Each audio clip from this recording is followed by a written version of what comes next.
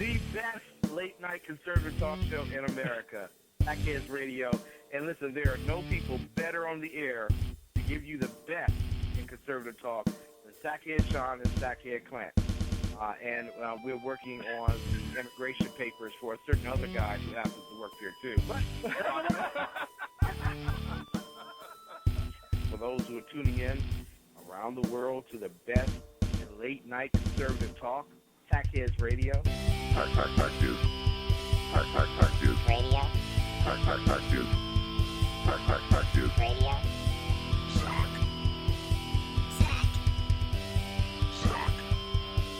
Sack. The best late-night conservative talk show in America. In America. In America. Into the silo. And in this web was a large, I'm pretty sure it was the biggest spider I've ever seen. Hey, welcome to the Sackheads Radio Show. It is just a sheer pleasure to be with you. It is the 25th of May, 2015. I'm your host, Sackhead Sean, sitting across from me. Where? The guy with the biggest nose in the room, Sackhead Clint. Thank you so much for being here, sir, as always. Of course. It is an absolute pleasure To work with me. I know. to work with you. I know. And look, I appreciate the fact that you bring that up so much. You and I are such in sync tonight. It's kind of weird. We right? are so in sync. This is how you know it's going to be a good show. Right. So we started at dinner, like we always do, business dinner to kind of meet. And for those of you at the IRS who are listening, it is in fact a business dinner because we do conduct business at dinner. We had our business dinner, you know, kind of meeting and prepping before the show like we do every week. And we both looking at said menu, menoir, in some cultures as they pronounce it, I heard. That might be inaccurate, but who knows? At any rate, it sounds very educated. So we're looking at the menoir, and we both had chicken parm. And we look at each other, that's kind of weird. Oh, it was weird that we'd even say that. Yeah, okay, so we look, well, if you're going to order chicken parm, and then we both go, oh, or maybe the spaghetti and sausage. Son of a... At which point Sean literally threw his menu down and said, son of a... Son of a bitch. in the middle of the restaurant. Quite loud, as I usually do. Right, in that Bostonian accent. In that East Coast ruckus, which is your person. Speaking of the East Coast ruckus, look, have you seen the news with the New York Fire Department and the New York Police Department? You know, and we've talked. Hang on. So for those of you that may not be aware, and we know this because we have friends in both industries, cops and firemen are like cats and dogs. They're like oil and water. They're not oil and water because they do have to come together and mix sometimes, but there is a friendly rivalry within that community. In some cases, apparently, it's not too friendly because in New York, New York Fire Department, New York PD, they were engaged in I think it was a charity football game. Well, and here's the problem. Honestly, people went to see the NYPD and the FDNY fight, and a football game broke out. That's the big. Listen. Yeah, No, this is hang on a second. This is a true story. This is a true story. Even funnier. This is a charity event. Yep.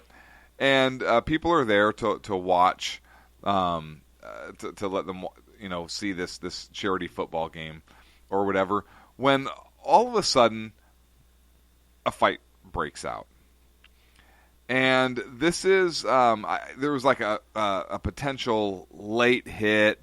Somebody said that there Doesn't was matter. It's football. a late hit, right? And so let me set the stage. The police department, the PD team was leading 29-13, of course.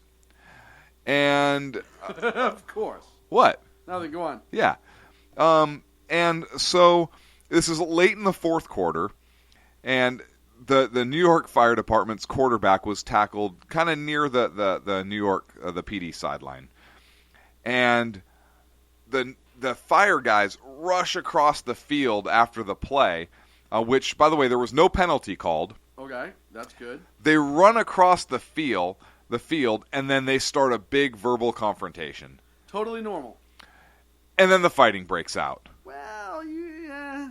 And the fire coach says, "Oh, they hit our quarterback out of bounds." That's how things got started. And there was no penalty, and even the official news reports said that it was tackled near the sideline. He wasn't hit out of bounds. They were just whining they lost. Yeah, And it's okay. right. No, it was no big deal. So this isn't the first time apparently that a charity game between the New York Fire Department and the New York Police Department has broken out. In 2014, there was a hockey game, Yeah. a charity hockey I game, remember that one. and the benches cleared during a big fight with that one.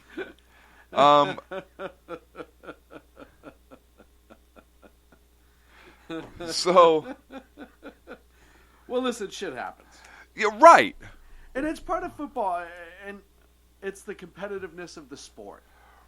Right, and you get two like type A type jobs, right? Yep.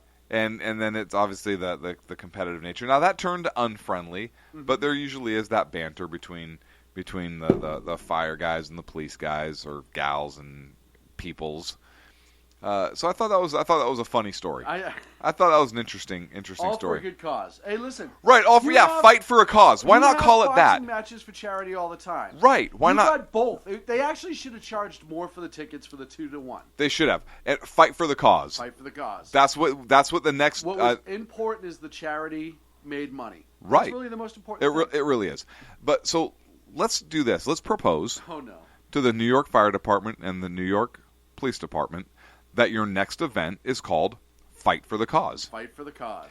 And you're guaranteeing that a fight is going to break out because you two evidently hate each other. I don't know. I'm just guessing based upon all these fights. And hang on. I want to talk for a minute to the fire guys. No, I'm going to help them out. Oh, no. No, listen. Hey, look, fire guys. So, Hey, fire guys. yeah, I'm going to help you guys out. Look, if you know these events are going to break out into a fight, first of all, these are cops. I mean, the street fighting is kind of what they do. Right. Right? Don't challenge them to hockey or to football. Challenge them to, like, a ladder climbing contest. Ooh, Barker Lounger sitting. Right? Or, like, a chili cook-off. Ooh, that's a good one, too. That's a good chili cook-off for charity, right? Something like that. Pull-ups, I don't care, right? Like do something like that. Now let me talk to the cops for a second. Hey, cops. Is it really a challenge to beat up on fire guys in a street fight? No. Right? So you know they climb ladders. Right. They rescue cats, and they get girls. And I understand that you're jealous because the fire guys get all the girls. Because everybody loves the fire guys. Don't be mad at them. Embrace them. Fight fire with fire. Right. So now I want to talk to both sides. Get along.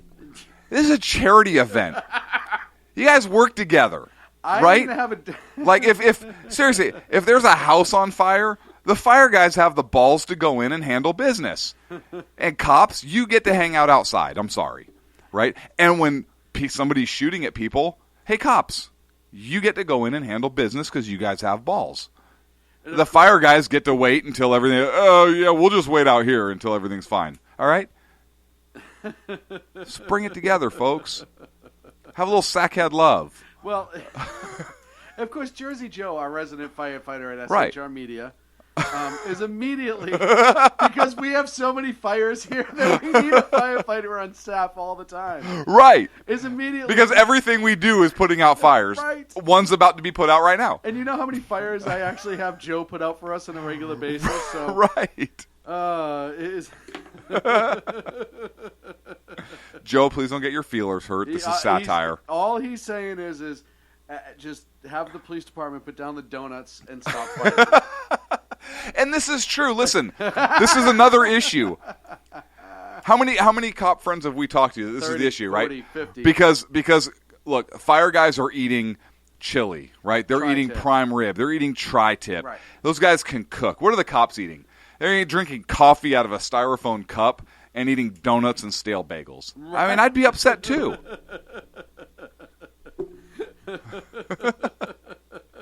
You have a reason why they get angry. Right. Oh, they get to cook and they get the girls. But hey, you know look, what I get love about New York, and I've read all over this place, and this is how you know it's back east, where things are a little bit more sane on some levels. Some levels, not all levels. Right. There was no investigation done. No. There's no inquiry. Each department's not talking about how they're going to suspend the. You get that in the NFL. Oh, over yeah. a fight, right? Yeah. There was, yes. Oh, the There's no quarterback public is- outcry. Right? Nothing. Public outcry is like, that's what You our had- cops and fire guys do. You had two groups of guys that are type A personalities who save lives for a living, Right. who are competitive by nature. Who probably had a beer afterwards together. All together. Yeah. Absolutely all together. Yep. And you know what? I love to see that. It's even with the fight, it's good that they're raising money for charity and using their notoriety to help those who are in need. Continuous, even in their own time, not getting paid to. Absolutely. Still, once again, coming out. And that being said, it is National Police Week. It is National Police Week. And Is it National Police Week, or was that last week? It was last week. Yeah. I missed it. Yeah, you did. Um, No, we didn't. no, we didn't. We talked about it. Yeah, we talked about but it. I wanted to follow up with it a little bit. You're more. playing repeater right now, and I'm picking up what you're putting down. You're playing repeater right now, and I'm picking up what you're putting down. But we have to move on. Anywho. What are you talking about? That was a great story. It was a great... no, I think that story was outstanding, my friend. I didn't see anything wrong with it. Now we need to have General Jackassery, since we kind of glossed over that section. Well, no, that was part of our general jackassery. That is news. You brought up an article. I want to bring up an article. Okay. Our friend over at bloviatingzeppelin.net, Ooh.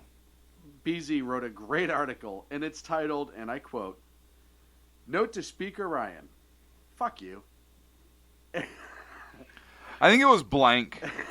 Okay, sorry. You. I've talked to BZ personally, and he was just being nice. And he goes on and essentially says, "You're dead to me. The GOP establishment's dead to me. I'm sorry I had to create such a vulgar title for this post, but I'm done.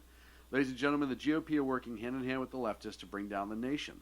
And it goes on, and I don't want to upstage a story. I want you to go there and read it, bloviatingzeppelin.net. It's a great letter. And it really sums up for how a lot of us are feeling right now in this country.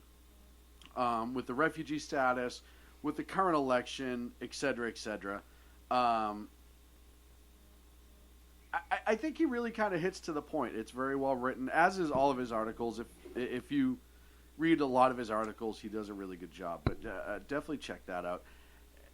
We've talked about it before. It seems like the GOP has really done a good job of trying to push people away who are otherwise in their corner. We've seen it with the anti-Trump sentiment. And again, it doesn't matter which side of the aisle you're on, because if they did this to Cruz and Cruz was the presumptive nominee, I'd be just as angry. Or anybody else. Where you start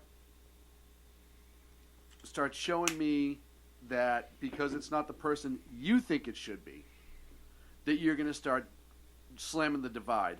And then Speaker Ryan with the Syrian refugees and a lot of the other comments, he's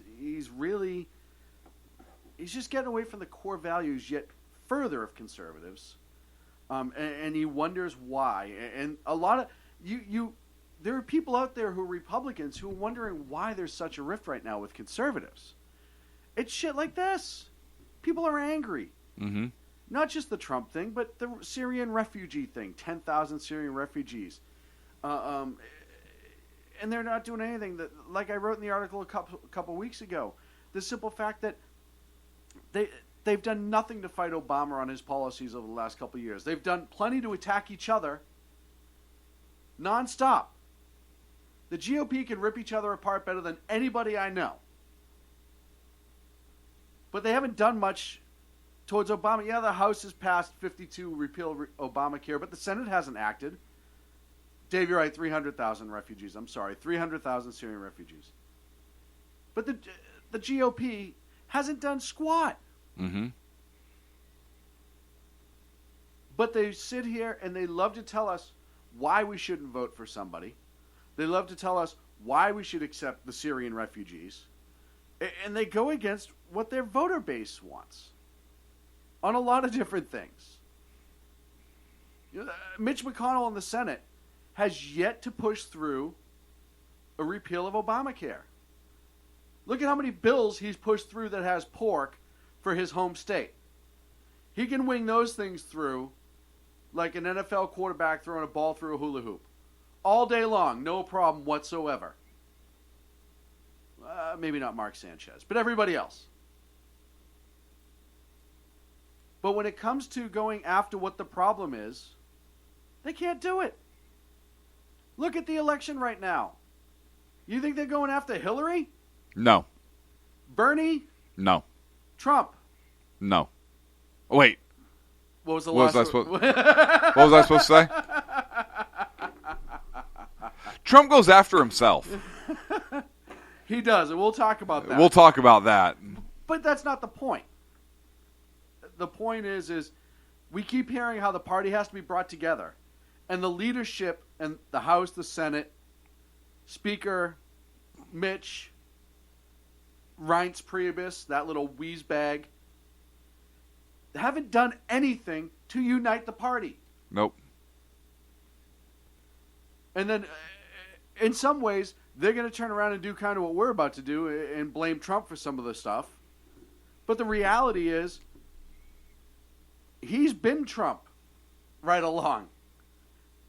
Whether you like him or not, he's kind of had this chip on his shoulder, screw you, I don't care what you think, I'm going to say what I think is right, whether it is or it isn't. Mm-hmm. They keep talking about unifying a party and doing everything they can to jam it apart. And Paul Ryan has, and BZ says it in his article, and I agree, financially he's got a brilliant mind. But that's really where it seems to stop lately. He's not doing what's right for the country. He's doing what's politically correct. Is that what we want for a speaker? No. Or was that rhetorical? No, I'll take your answer on that. Yeah, no. Okay, good. I didn't want to cut you off. You're sitting over there looking all cute and excited to talk in the microphone. Thank you. No, I want to thank you for noticing. No, because no. I wore this for you. You did a little extra, and I love it. Yeah. Oh, man. So, I applaud this article. I think this is a great article by BZ. I applaud the writer.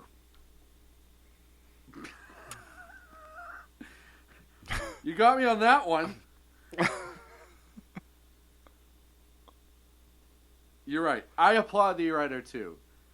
No. You already messed up. I prefer to call him an author.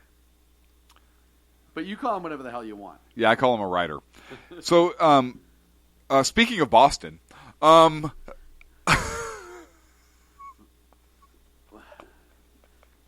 what? Okay. Well, no, you were speaking, Go ahead. and your nickname is Boston. Good point. It was basically like speaking Boston. By the I way, if just- you want to join the chat, go to shrmedia.com. Right under the Spreaker little play box, click live chat. Go ahead. We hadn't said it tonight, and you just want to randomly change subjects. I did not. You're from Boston. I'm staring at you. We're in this show together. There's a story from Boston. Makes perfect sense to me, Sean. Go on. Speaking of Boston, have you seen the discovery in the Boston Seaport District? I have not. They uncovered a shipwreck from the 1800s. They're trying to construct a high-rise building in the Seaport District. I don't know where that is. I assume it's by the seaport. Right near South Boston. Oh yeah, right over there. Yeah. I think that's in the southern part of the state, if I'm not mistaken. No, it's right on the coast in the middle. South Boston's just the south part of Boston. Right, like the southern part. Right, so it's between South Boston and downtown, right on the waterway. Right over there in the southern part It's right of the by the city. convention center. Oh, okay, yeah, right by the convention center in Boston. So anyways, there was a shipwreck that was found there. Yes, I'm listening. No, that's all. Yeah. Fascinating. Thanks. Look, I thought it was interesting because it was from like your hometown. Like, how do you uncover a shipwreck during construction? Oh, No, seriously, you're Okay. from the area. I don't know. Like, I would think the water is the water. I mean, like, has land moved out Well, far enough okay, over the so if last you don't know a little bit- 200 years Yes. to okay, and that's what I don't know. So when Boston was first settled, it was landmass-wise much smaller than it is now. They brought in a lot of dirt and expanded the land to connect Charlestown to Boston better, to collect a bunch of different areas. So if you look at a map of Boston back in the 1700s and look at it today, it is vastly different. They've added a lot more area. So it's very, very possible that that ship was at the bottom of the harbor. Yeah. And they just started dumping dirt on top of it. Really? They had no idea it was there. Yeah, but even so, you're going so far down then that wouldn't some of that water start backing up and in? No. We do amazing things when we want to with the ocean. And just so you know, America is so awesome that we grew the North American continent because we freaking wanted to by making Massachusetts bigger, is basically what Sean just said. Exactly. You know what that was? I like to think of it this way.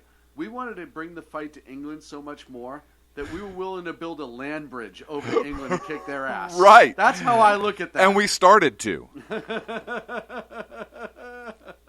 That needs to be somebody's campaign slogan. Finish the land bridge. Finish the land bridge to England. Let's kick those limeys' ass. Again. Because twice wasn't enough. And that should be the slogan. Twice wasn't enough. One whole T-shirt.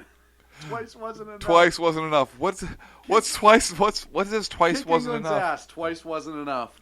I say just twice wasn't enough, and let people ask.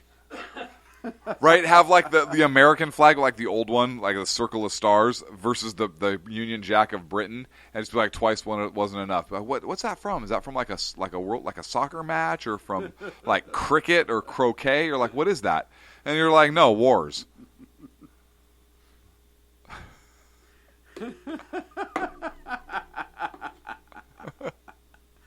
Oh man, all the way back to the days when the French flag actually had color in it. Right. And it wasn't all white.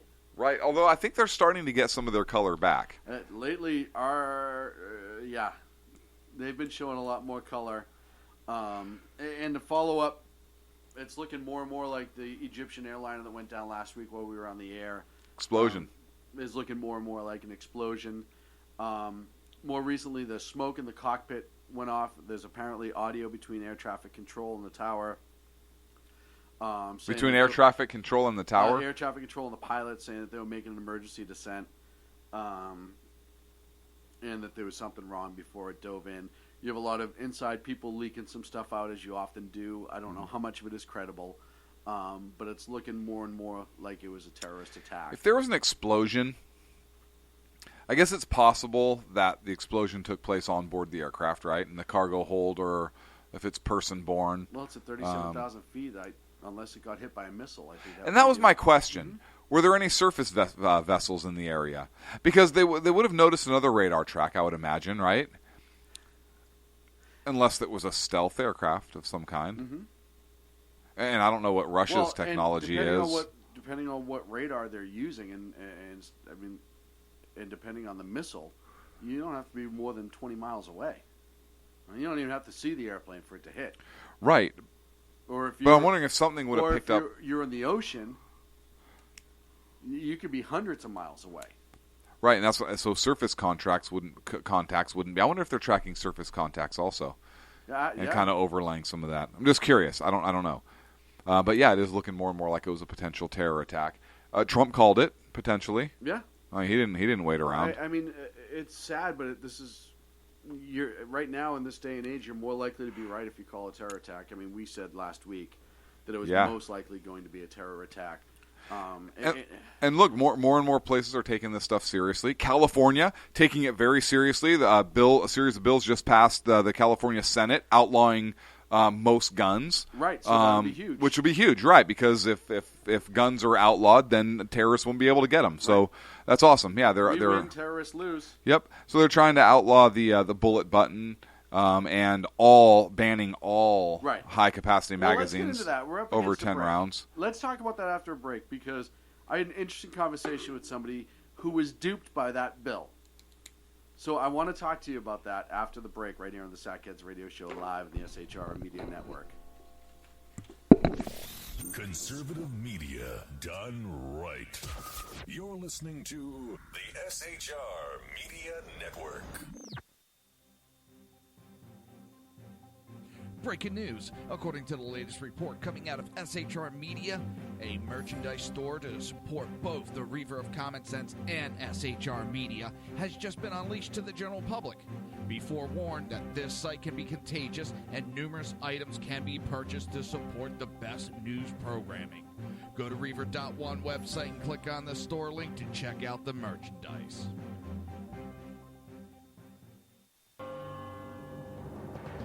Hello, I'm Matt, a student at Hillsdale College. Here is Hillsdale President Larry Arnn on the continuing relevance of the Constitution. Many argue today that the Constitution is outdated because it addresses problems peculiar to the 18th century. Some parts of the Constitution do read rather quaintly. Consider the injunction against titles of nobility in Article 1, Section 9 of the Constitution. But is that so outdated? The purpose of the injunction is to prevent the government granting special privileges to some for partisan reasons. This strikes at the heart of the rule of law. The crony capitalism so common today is a place where the government bestows favors and tax dollars on some businesses to give them a leg up over others. This is exactly the kind of thing the Constitution was meant to prohibit. The Constitution is not so outdated after all. This Constitution Minute was brought to you by Hillsdale College. To join the national conversation on the Constitution, go to constitutionminute.com. Times are dark. The people misled by corrupt politicians, lied to by establishment media, and deceived by the false messages of Islam. A nation in confusion needs a guide. It needs a man with a cane. I'm Dave Milner. Join me on Spreaker, SHR Media, High Plains Talk Radio, Live Rebooting Liberty, and YouTube for a unique brand of commentary on the unpleasant blind guy. Because truth is not always pleasant. In a world controlled by corrupt politicians. You got a business. You didn't build that. A team of ordinary men emerge from the ashes to give voice to the voiceless and hope to the hopeless. Sackhead Sean. Dude, I'm not saying Kyle was stupid, bro. Sackhead Clint. All good friends of ours usually show up drunk. Also starring Sacco as the producer. I'm a little bit drunk, 'cause I'm drinking. They are the Sackheads Radio Show. Every Wednesday at 8 p.m. Pacific on shrmedia.com.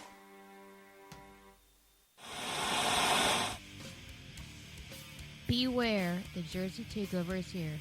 Every Monday through Friday, 11 a.m. to 1 p.m. Eastern Standard Time. You can catch the Reaver of Common Sense show, hosted by Jersey Joe, right here on shrmedia.com and highplainsdailynews.com. Only Jersey can deliver hell like no one else, so consider this your fair warning.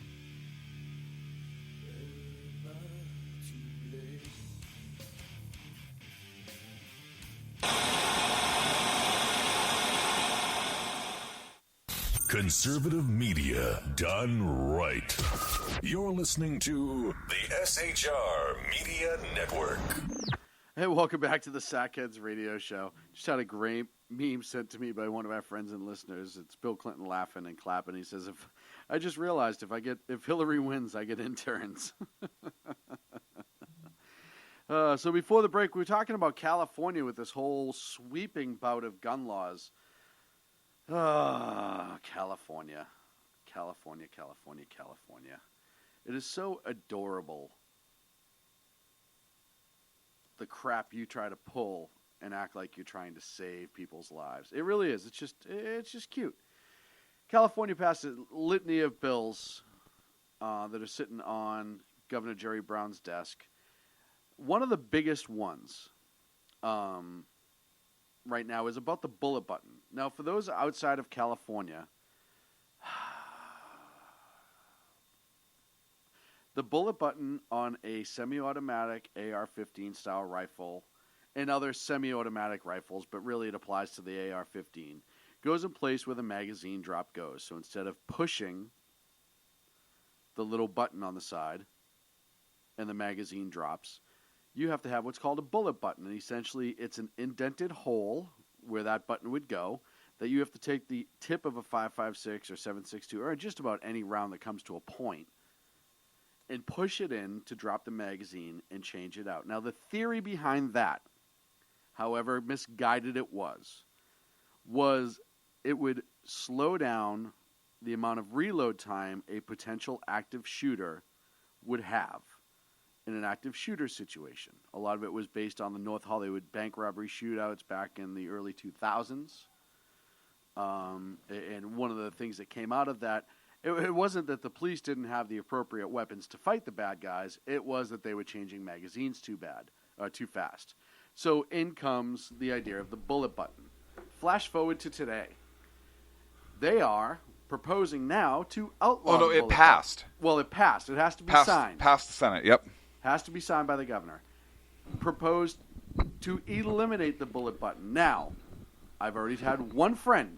And high-capacity magazines. And high-capacity magazines. Which they define as anything over 10. I want to focus on the bullet button first. Okay. I already had one friend who is a gun owner. Who... Evil person. Right. Who honestly thought, because of the way it was sold to him, that it meant the bullet button itself was now able to be changed out in California and a regular magazine release could be put in its place. That is not the case. Right. The case is that they will eliminate bullet buttons, make the bullet button itself illegal, therefore you cannot affix it to the weapon. The weapon would then become illegal because it doesn't have a bullet button attached to it. Right. Therefore making primarily AR-15 style rifles or AK-47s, but or M1As. M1As, but for the most part, AR-15 would be affected. That's the collector weapon that a lot of people have right now. Yeah. More so than anything else. But anything along that line, semi-automatic rifle with a detachable magazine and a pistol grip will now be outlawed in the state of California. Or semi-automatic rifle, even with the detachable magazine, without the pistol grip. So now, it used to be if you had what was called a Sportster grip on it, which was not the pistol, you were exempt. Yep. This would change that. Yep. You could no longer have the Sportster grip, which is just like a smooth rifle grip. And so you're looking at literally hundreds of thousands of weapons in the state of California that will now be outlawed. One of two things will happen. They will gladly probably take them at local law enforcement stations for free because they're illegal and you have to turn them in. They'll give you a grace period. Or you'll be able to transfer them out of state. Once again, the state of California will lose sales money going outside the state to the tune. And for people who are gun owners legally, follow the law whether they like it or not. 99.9% of gun owners who are legal gun owners follow the law. Yep. And if this gets signed by Governor Brown, which we'll hear in the next day or two, I'm sure, it will essentially eliminate a vast majority of weapons in the state that could be possessed otherwise lawfully by a private citizen who meets the criteria. The other one they want to outlaw is high-capacity magazines, as Clint mentioned. High-cap mags in California, if you owned a weapon before the high-cap ban, and you owned the magazines before the high-cap ban, help me out, was it 2001 in California, Clint? I wasn't here. It was sometime around 99. I don't remember. I'd have to pull. Yeah. I'd have to pull that for the high cap mags. Yeah, but if it was more recent than that. Was it? Maybe it was 2004. It was before I moved out to California. But you were able to maintain those because they were purchased pre-ban. Pre-ban, right? And now here's an interesting question. Well, wait. I haven't explained the fact that now you aren't able to possess those at all. Right. You would have to turn those in. Those in as well. Yep. So, I didn't think the government could take your personal property without compensation. Well, of course they can. It's the government. Right, and this is the problem. Eminent domain. Eminent domain. They're eminent domaining my guns. Right. Right. So if you turn your guns in and you get a receipt, the government doesn't have to reimburse you because I think you're voluntarily giving up your item, right? Because you can sell it. Right. You can Well, you and can that's the sell thing. your gun out of They're state. not turning around and saying you have to turn it into the government. Right. They're just saying you can't possess it. Right. You can't possess it. You can turn it in if you want to, or you can sell it out of state or do something else with it.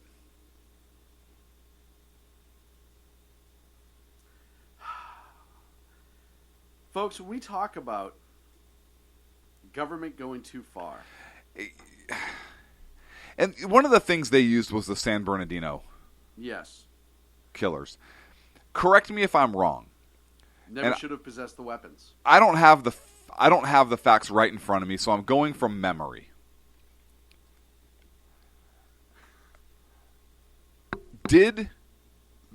Were the San Bernardino terrorists? Did they have bullet buttons on those ARs, or were they regular detachable magazines? Oh, I believe they had regular detachable magazines. So I think, if I remember right, I think the weapons were purchased lawfully by a third party, brother-in-law or somebody else. Right. And Given then illegally.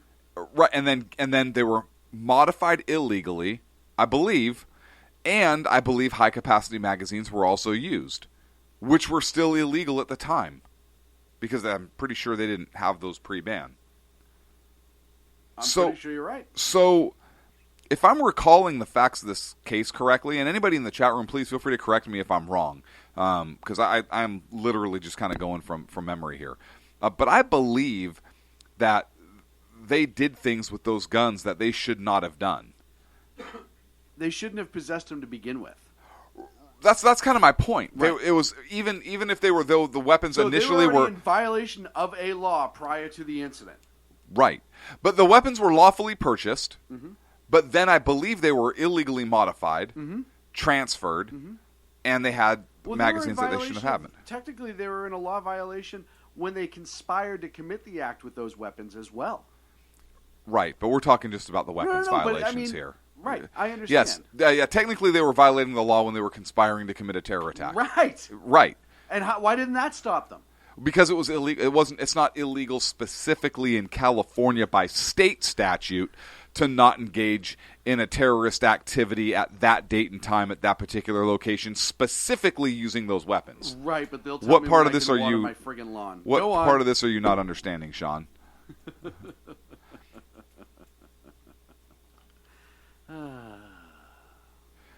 So the very justification they used to kind of spin this or sell this to the public is flawed. Right off the bat. Of course it is. Honestly, you look at the history of gun control, and we've talked about it on the show 1,000 times, probably more. It's never actually worked. It's never and it's never gonna work. Because bad people who do bad things with guns or not are gonna still do bad things. Look at Terry McNichols and Timothy McVeigh and the FBI attack. Not a single weapon was used. A bullet. They used a bomb.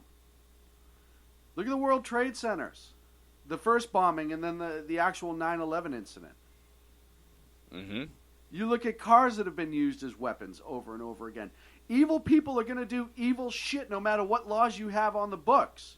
But what you're doing now is eliminating the good people from being able to defend themselves against bad people and bad government, should it ever be needed. Now, I feel that if you tested this in court, it will lose, depending on who the next Supreme Court justice is, once it gets to that point. But unless a federal, do you want to take that chance? No. I don't want to take that chance. But if a federal judge doesn't put an injunction in place to stop the law from going into effect before it reaches that level, you're still going to have to, in order to be in compliance with the law, offload all your weapons out of state. Yeah. And then if the law is dropped, either repurchase them, transfer. And in California, it's what, $50 to transfer a weapon from out of state? Even if you're the rightful owner to ship it back into state to you. Right. It has to go through a dealer. So Right. if you're a collector of a sizable proportion, even if you don't sell them, say you own property in a house in another state, you lock them up there, you still have to pay an ass ton of money to be in compliance of the law. And those of you that don't know how much an ass ton is, that is actually a literal mathematical measurement.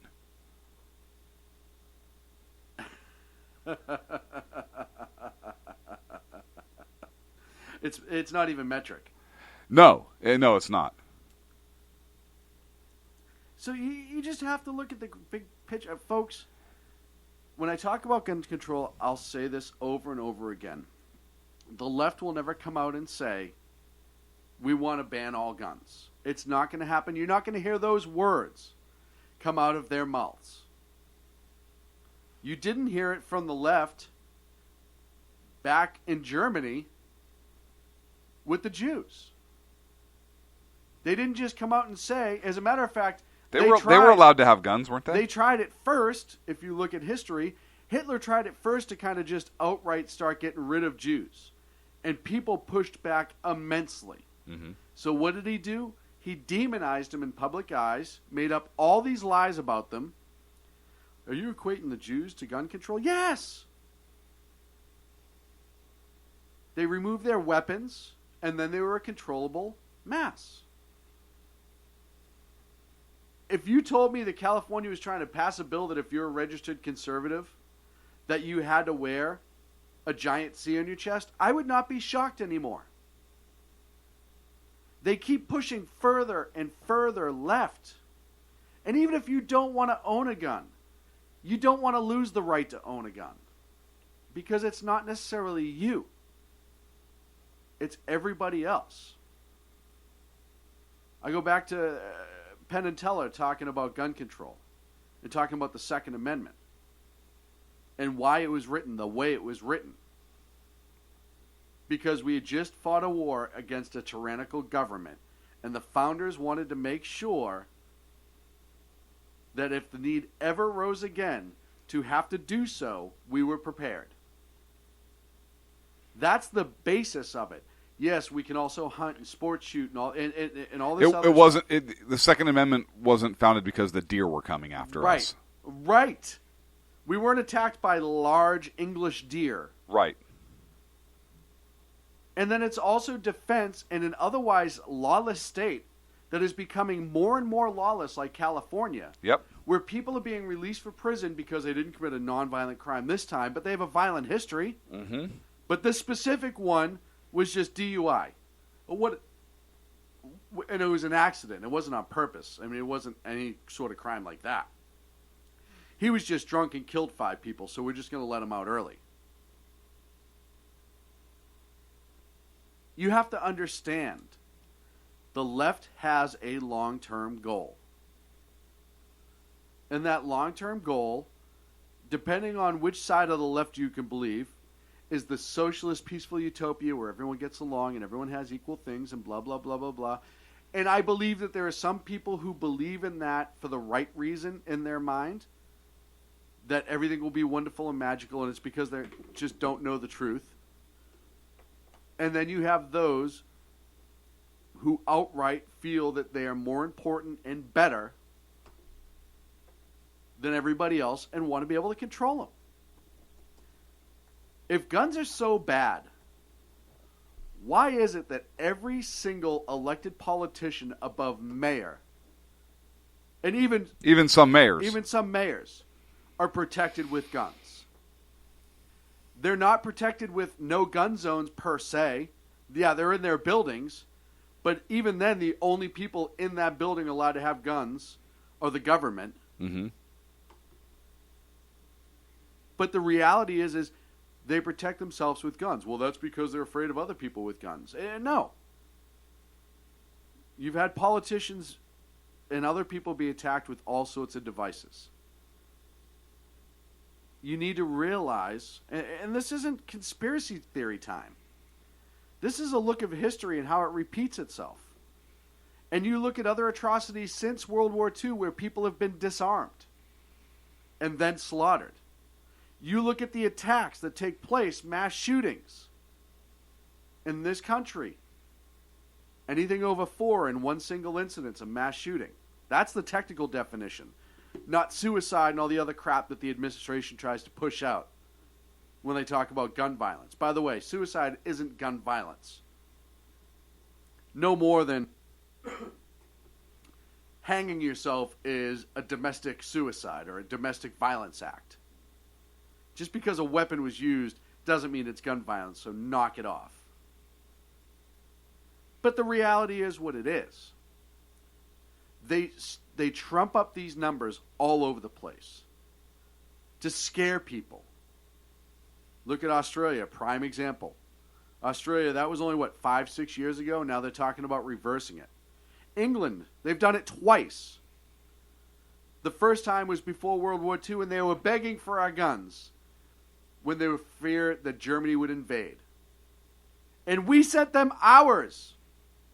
Our citizenry donated weapons, their personal firearms, to protect the people of England. And then they got rid of them again. And now what's happening in Europe, in England? You're starting to see their law enforcement, who used to never carry firearms, starting to rearm their forces.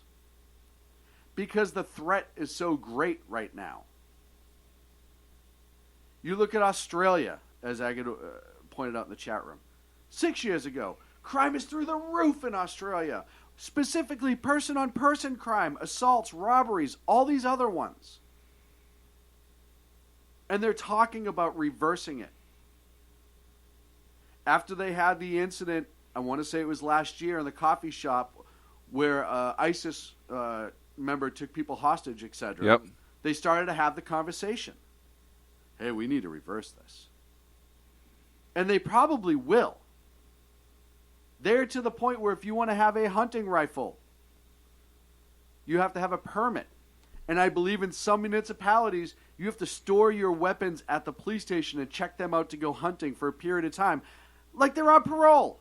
Like the guns are on parole. Right. I've always said, I would much rather have a gun and not need it than never not have a gun and need it. When I talk about gun control, and I bring up the basis for the Second Amendment, that doesn't mean it doesn't apply to other places. Self-protection is one of the biggest ones, against tyranny or against evildoers. And an evildoer could very well be a guy with a knife who wants your wallet. That's still an evildoer. Or it could be the illegal alien who's down on the pier in San Francisco that criminal alien that shoots a young lady who should have been deported already. The young lady should have been deported? No, the criminal alien. The criminal alien. The 2 police officers who were shot up here by a guy who's already deported twice. Murdered. Well, maybe if there was a law against him possessing a weapon. There was. Oh. Look, here's the thing, Sean. We've talked about this before. I mean, we talk about 2A a lot on this show. But the founders didn't envision this type of weapons that we have today. They didn't envision high-capacity magazines. They didn't envision bullet buttons and quick magazine releases. You're right, they didn't. They also didn't picture free speech being done over computers and cell phones. Right, or via microphone, or, Yeah, never mind.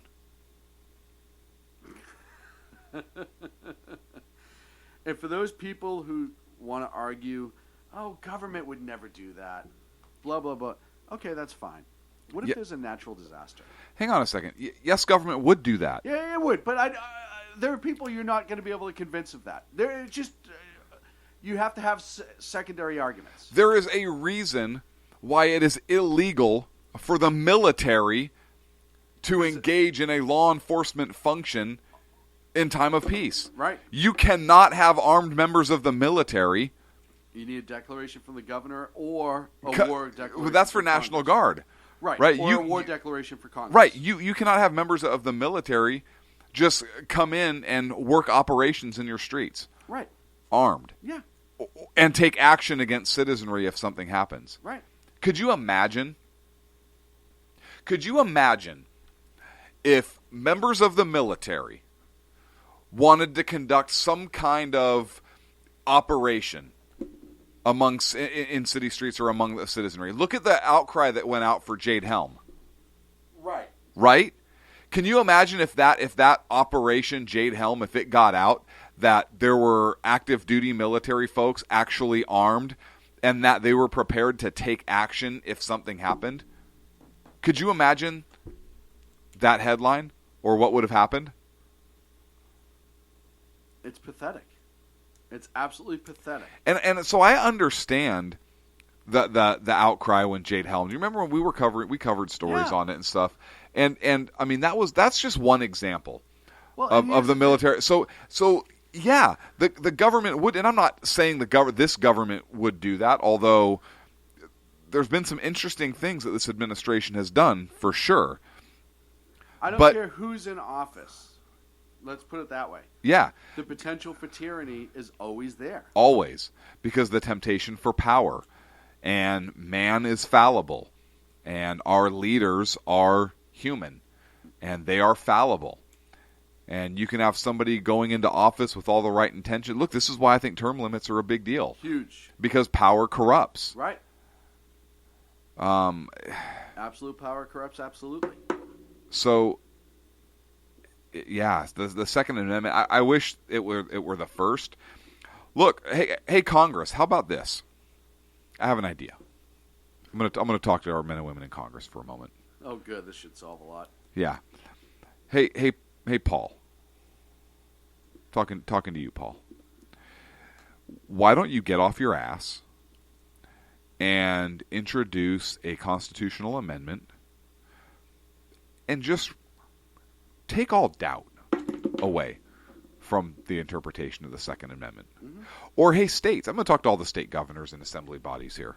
Hey, guys, how about you call a convention of states together? There's enough of you with Republican-controlled houses to do it. Call a convention of the states together and pass a constitutional amendment, or at least try to, at least sack up and try to, that will erase all doubt as to what the interpretation of the Second Amendment is. Fix it. Fix it. If you're so concerned that it's wrong. If you're really concerned, no, I'm talking to the conservative group out there, or the liberals, either side. Somebody have the testicular fortitude to call a convention of states, or do it in Congress, since the Republicans control it right now, and clarify the Second Amendment and put it through as a constitutional amendment. And then all this goes away. I agree. If a majority of the country really believes this way, really feels this way, believes strongly in the Second Amendment, huge 2A, then why not rework it? Right, and let's throw term limits, as Agudo suggests. Yeah, Congress but and SCOTUS. Yes, absolutely. But we're talking just about 2A right now. Look, then. Well, if you're gonna have a convention. If you're gonna have a convention, might as well ask for everything, right? If you're gonna make a wish list from Santa. But let's just deal with the 2A issue right now. Hey, look, throw verbiage in there. The right of the individual citizen to keep and bear arms of whatever kind for personal defense and preservation of liberty shall not be infringed. Period. And you can add other verbiage in there as well. You know, to make it absolute. Right. Hey, listen, I think the Second Amendment reads plainly. Right. Any firearm commonly in production in the world. Right. Common firearm in production that is regularly sold, purchased, and that way 150, 200, 300 years from now, we're not having this argument, they didn't envision bubble gum blowing things that suck the air out of people because you encompassed them in a big bubble. No, I agree. And the last point I really wanted to make, if it's okay with you, just before we wrap up, is even if you're not worried about government, think natural disaster. Yeah. Hurricane Katrina, the absolute insanity that went on, and people weren't able to defend themselves at all times. And you look at how this country goes crazy if people don't have power for 48 hours. Imagine if it's something major, EMP, naturally caused. Solar flare. Things to think about. Hey, that's why I wear a tinfoil hat. I have a quote for you. You too, actually. I do. I want a quote for you before you really get small. on. Look, and you call it Jimmy. This is a quote. But now, if you have a purse, take it, and also a bag. And if you don't have a sword, sell your cloak and buy one. You know who said that? Who? Jesus. Luke 22:36. That's a good one. Yeah. I did not know that. Uh-huh. Even Jesus knew it was an individual, right? He knew what was up. Yeah. I mean, he may have been talking more metaphorically because that's what he did. No, But you still. can get a sword. But still. Get a sword. Hey, other news, view hockey fans. I know Joe and a couple other people are hockey fans. The San Jose Sharks, for the first time ever, will be headed to the Stanley Cup. 5-2 victory over the Blues. The Blues, like from Jungle Book? Blues. It's just the bare necessities. So, hey, congrats to them. Congratulations. I'm a big hockey fan, and I've liked the Sharks organization. I think they do a good job, and they really try to make a winner. So good for them. First time to the dance. Have fun. We'll be back after this right here on the Sackheads Radio Show. We come back, we talk about Venezuela. Venezuela? Conservative media done right. You're listening to the SHR Media Network. Breaking news. According to the latest report coming out of SHR Media, a merchandise store to support both the Reaver of Common Sense and SHR Media has just been unleashed to the general public. Be forewarned that this site can be contagious and numerous items can be purchased to support the best news programming. Go to Reaver.one website and click on the store link to check out the merchandise.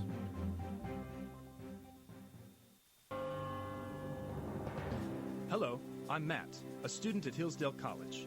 Here's Hillsdale President Larry Arnn on the continuing relevance of the Constitution. Many argue today that the Constitution is outdated because it addresses problems peculiar to the 18th century. Some parts of the Constitution do read rather quaintly. Consider the injunction against titles of nobility in Article 1, Section 9 of the Constitution. But is that so outdated?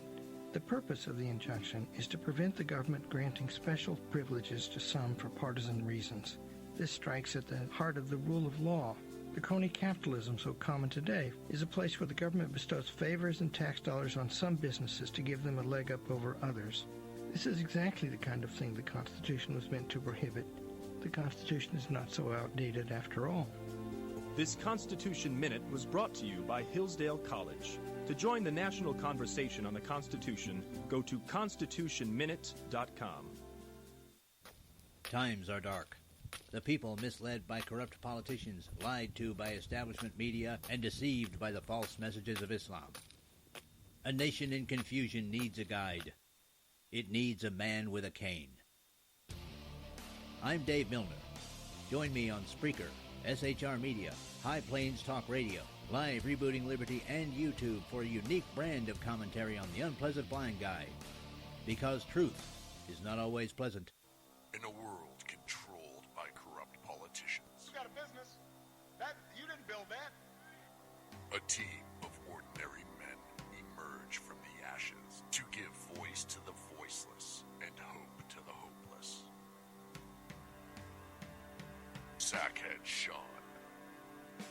Dude, I'm not saying cow from a stupid pro. Sackhead Clint. All good friends of ours usually show up drunk. Also starring Sacco as the producer. I'm a little bit drunk, I'm a little bit drunk, 'cause I'm drinking, drinking, drinking. They are the Sackheads Radio Show. Every Wednesday at 8 p.m. Pacific on SHRmedia.com.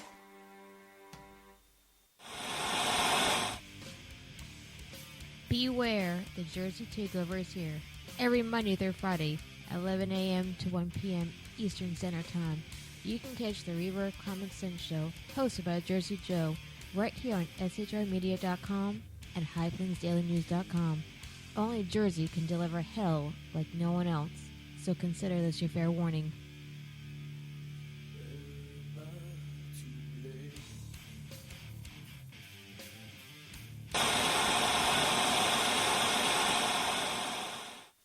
Conservative media done right. You're listening to the SHR Media Network. Welcome back to the Sackheads Radio Show, live on the SHR Media Network. It's hour number 2 here of the Sackhead Insanity. Thank you so much for sticking around.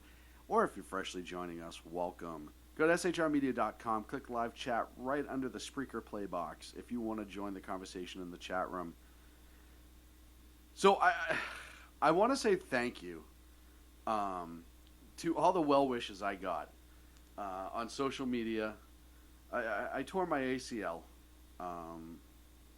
last week, and I put it out today because I wasn't really sure till today as to what happened. Got the MRI done this morning, found out that I did in fact tear my ACL, so I'll probably have to go through surgery and some other things to get it fixed. But honestly, the amount of text messages, inbox messages, emails, and stuff like that I got is pretty touching. And I really appreciate that because I probably don't deserve it. Everyone who's telling me you ever notice when you have an injury like this, how many people want to tell you about their injury just like it? And I appreciate it because, it's always good to get other perspectives. This will be my 4th knee surgery, so I have a pretty good idea what to expect, and I will be fine. I'll be back, well, probably not. I'll be back soon to 100%. Quick question from the chat room was, did Clint hit you by mistake when he was throwing a rock at a hooker? Excellent reference there. Great question. Excellent, Agador. Thank you. Great question. Yes. Yeah. Look, here's so Sean makes up this whole bubble soccer story, and it's cute, but here's what happened. So I was in a hotel this weekend, and outside I see this rather robust hooker. And this hook, to give you an idea of what this hooker looked like, do you remember the Tasmanian devil? Yeah, very well. Do you remember the she-devil? Yes. It looked like that. Oh, don't insult the she-devil. This hooker, or what I thought was a hooker, looked like the Tasmanian she-devil. And so I do what I do. I threw a rock at her. This is still one of my favorite bits that we've done on this show. That was hilarious. That was pure gold. What was that, last year when you were in Fresno for yes, some reason? Yes. Clint called in live. I wish I could find the show off the top of my head. But explained how his pastime while passing time in Fresno after his important meetings was to chuck rocks at hookers outside of his hotel room. Oh, man. So, yeah. And then after I threw a pretty good sized rock at this one Tasmanian she hooker, she ate it. I recognized the scream, and lo and behold, it was Sean trying to mess with me. I guess he was going to try and film it, put it on YouTube, something. I don't know. Yeah, you got me. You got me good. Let me tell you. So how was that? Ag that nailed that? Yes. Yeah. So Ag actually is actually pretty amazing with and he was just Ag knows us. Just pointing out in the chat room that Agador is like our personal biographer, right? Because he remembers stuff that even I forget about. How could you forget about the hooker? The hooker one I didn't forget about, right? Nor the other one that he's brought up, which was the crowdsourced aircraft carrier. Which I love the fact that I still want to do it. A sackhead aircraft carrier. Sackhead aircraft carrier, because that's what we need. Hey, the Second Amendment guarantees us that right. Yeah. Yes, it does. And letters of marque. If we could get both, we'd be on a mission. If we could get the aircraft carrier with letters of marque. Dude, I'm telling you right now, you could make almost like, you know how you do tour guides on fishing, on rivers and stuff like that? Yeah. You do something like that, only pirate hunting. Or terrorist hunting. Well, it's the same thing at sea, because you're in an aircraft carrier. Right. With the letter of marque, you can't go into other sovereign soil and hunt without permission from that country. If you get permission, that's fine. Right. But let's just stick to the letters of marque thing. Right, so stay in international waters. International waters, sanctioned by the U.S. government. Yep, U.S. flagged ship. Yep, absolutely. We'd have to, even if we had an aircraft carrier, we'd have to put 3 masts on it. We're not landing aircraft. Right. And if we do, it'll be a helicopter to evac me for drinking too much. Now. Right, or maybe we get a surplus helicopter and we throw some, rockets on it, or a guy with a revolver. So you do a guided... That way we actually can do an aerial assault. You do a guided hunt for pirates in international waters. We'd even have to do real pirate radio, Agador says, and obviously broadcast. We'd broadcast SHR Media. It would be indoctrination. You'd actually have to sign the waiver that you'd listen to SHR Media around the clock while you're on it.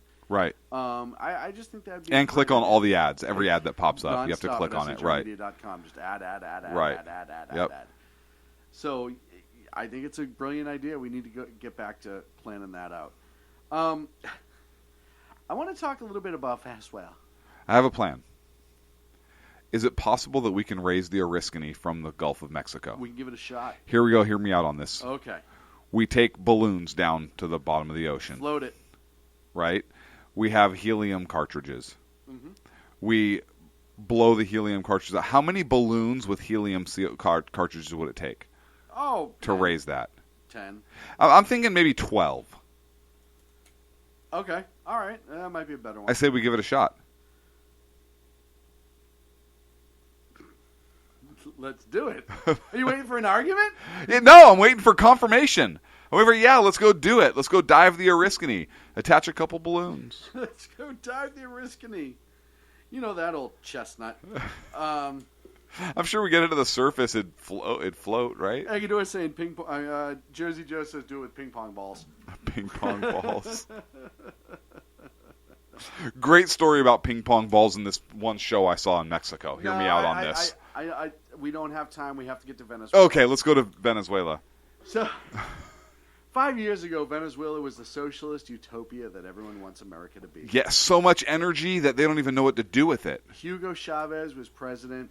Life was pretty damn good. Yeah, it was amazing. Amazing. People had what they wanted and sometimes what they needed. And sometimes they had neither. So, well, that just the poor people. But it's socialism. That's okay. Right.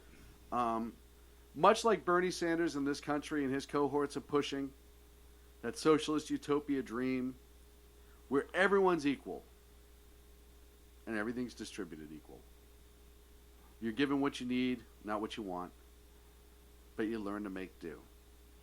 5 years ago, Venezuela was the pinnacle of socialist, unicorn, farts, utopia. There wasn't a better place to be. Let's flash forward to 2016. I'm sure it's booming. It's got to be. There's concern now that the that it's booming too much. It's growing too fast. The military is going to have to come in and essentially declare martial law. Wait, what? They're barely able to keep the power on in the major cities. What? I saw a report on CNN last week. Read a report about the state of the hospitals in Venezuela. That they're literally having people die because they can't keep life support on. They don't have blood. They don't have oxygen. They don't have proper equipment. They're doing medieval surgeries in the hallways just to try to keep people alive. Hallways covered with blood everywhere because they can't afford. They don't have the running water in some cases to clean it up. So what you're saying is my statement of they have so much energy they don't know what to do with it was accurate. They in fact don't know what to do. They don't know what to do with it. Literally. Okay. And I don't want to give them credence to that. I don't, and I'll tell you why in a second. At this particular hospital, I believe in a 5-day period, 8 or 10 babies had passed away. In the city itself, people are struggling to get food, keep food on the shelves in the stores, have money to find it, be able to power their house. It was, and Agador just nailed it. It's like a scene out of Resident Evil. And it's funny because I'm playing, I finally bought a video game because I'm going to be... Tell me it was Fallout. It was Fallout 4. Fallout 4? Because I'm not going to be able to move for a while. Right. Post-apocalyptic, downtown Boston, actually. Is it really? Yeah. I didn't know that. Yes. I'll tell you off the air, it's a great game. But there's a lot of truth to it. People are literally running around scavenging. In the capital cities, the big cities of Venezuela, there's not even coverage into the outskirts and how horrible it must be there.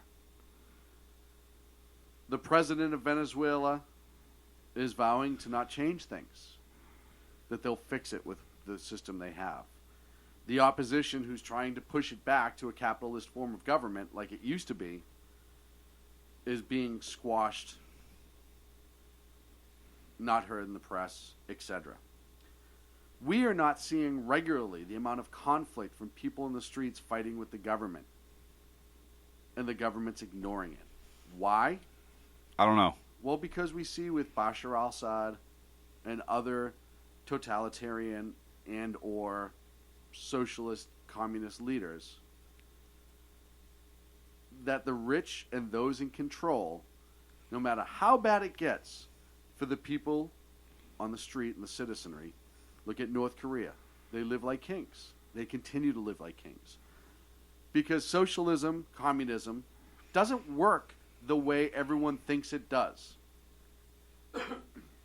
You don't have the president, prime minister, leader, etc., who's living off the same food rations or going to the same store as the average people. You don't have the Congress or whatever form of government they have doing the same thing. Oh, no, those people are paid a lot more. They're completely taken care of by the government. Pretty much whatever they want. Venezuela is rich in energy, ridiculously rich in energy. A couple years ago, Hugo Chavez was talking about selling to Russia and other places to essentially get even with us when we were having the real fallout with Russia that started essentially where we are now with Russia. They were boasting, spending money like crazy. And now they can't keep the damn lights on.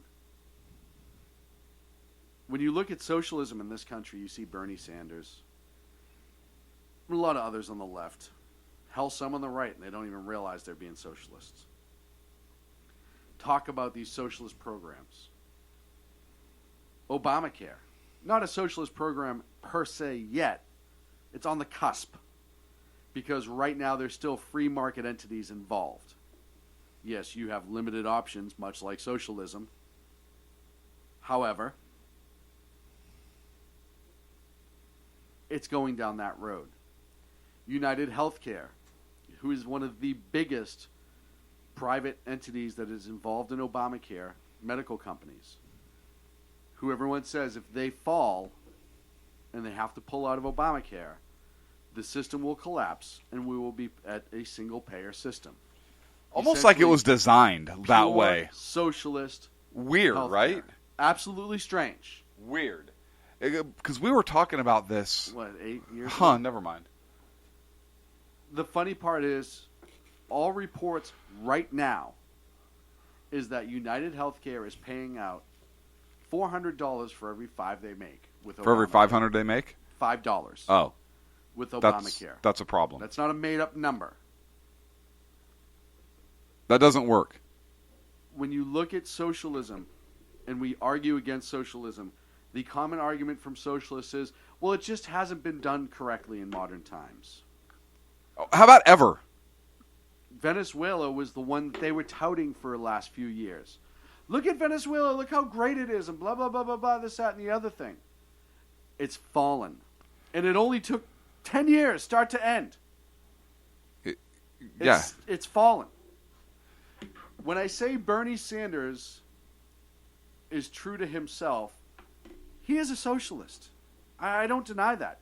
He doesn't deny that. Mm-mm. He's been very forthcoming. Here's what I don't understand.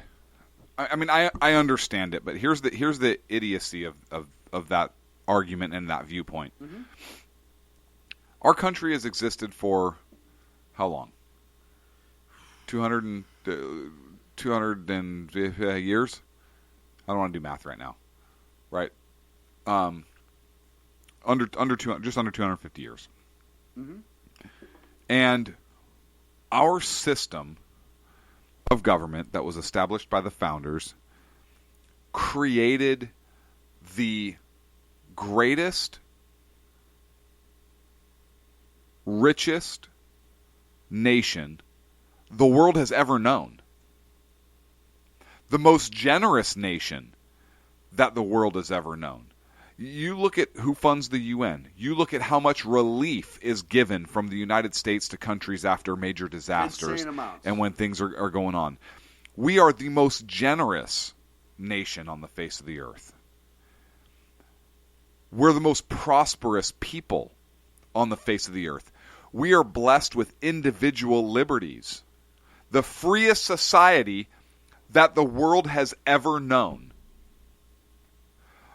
There are people very close to me whose families have come from literally a third world country. Mm-hmm. My perspective on certain things has changed. Mm-hmm. And I've come to appreciate our country more, and really the values we have. I've always appreciated and understood that we're the greatest nation on earth, but this just added a different perspective to it. And to understand the principles that created this country, our society, our culture, and to want to turn away from that when it's been so successful for so long is insanity to me. I mean, forget about, not that you should, but forget about the historical context of Rome and the Roman Empire and the Greek Empire, but particularly the Roman Empire and the rise and fall of Rome and that republic and kind of what brought it down. And there are ridiculous parallels between the rise and fall of Rome and the rise and the decline of the United States of America. And we could do a whole hour segment or a whole show on that. But I want to point out,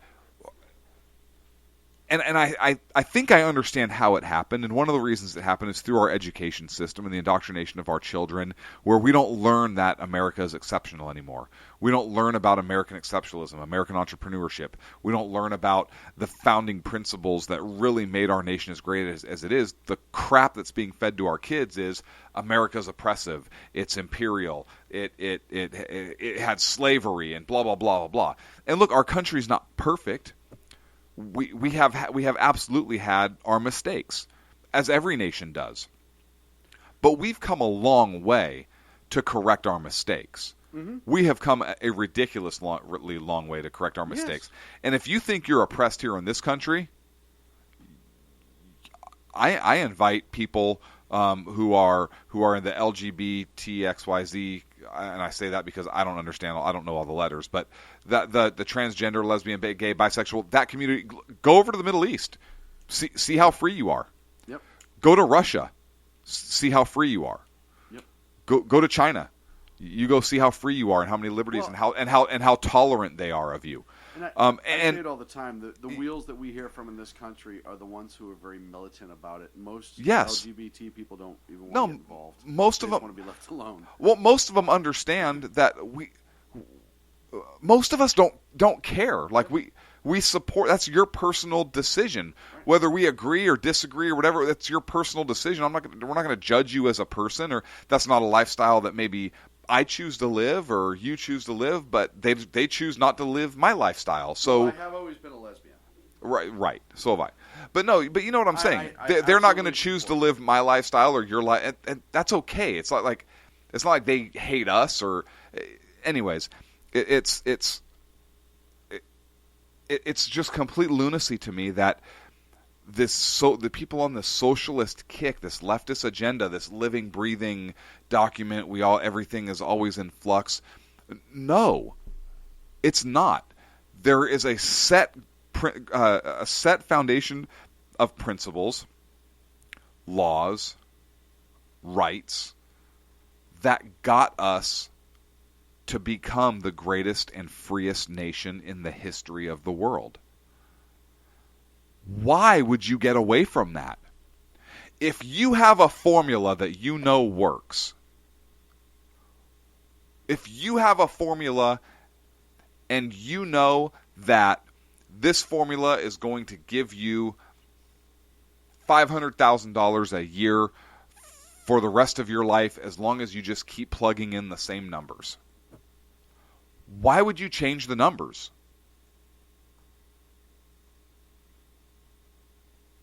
Why not? Well, because we want to improve. We want to grow. Okay. But then improve and grow within the foundational principles that were laid down. Nobody's saying you can't improve and grow and have better laws or identify different areas of improvement and growth, but do so within the structure that's been erected so that the direction we go continues to improve, continues to grow. You bring the healthcare thing up. That healthcare system that Obama put into place, so the Obamacare system, is essentially erecting a new structure. It's a new way of doing it. It's not operating within the free market principles. At all. You're creating the wheel again. So if you're not creating something to improve upon, And I'm not saying the healthcare system didn't need a fix, because it did, and it does. But craft that fix in a way that still follows the principles that got us to be as prosperous of a nation as we are. Wheel, don't reinvent it. Absolutely. You look at when our Great Depressions happened. They happened after liberal progressive policies. Yeah. The Roaring '20s came about after a progressive term and policies.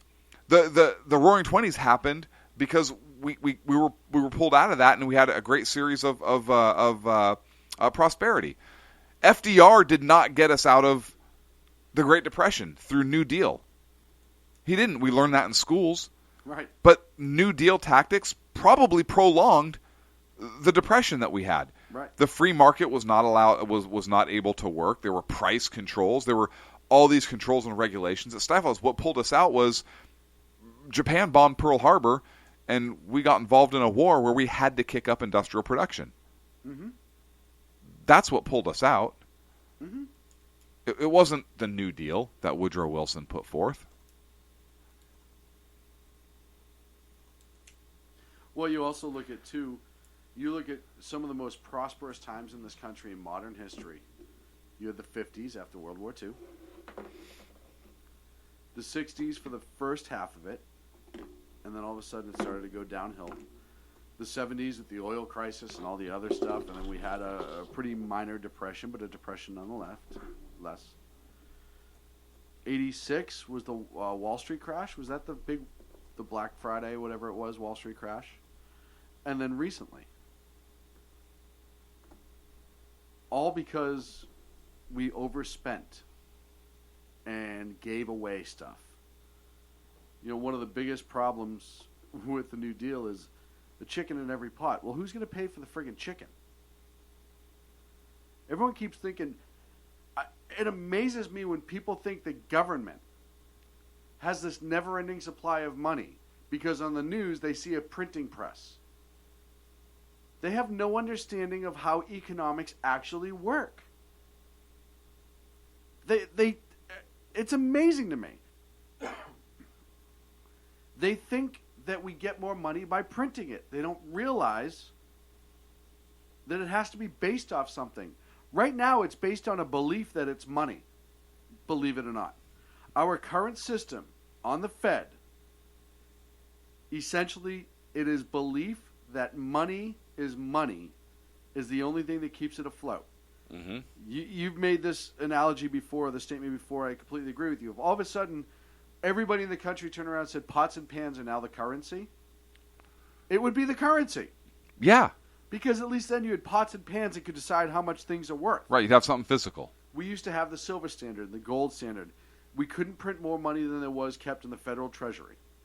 Right, in terms of hard metals. Yes. In terms of right. So if you look at an old U.S. $1 bill that was on the silver, it was called a silver certificate. Yep. You were guaranteed that much silver upon demand from the U.S. Treasury. Yeah. Yeah.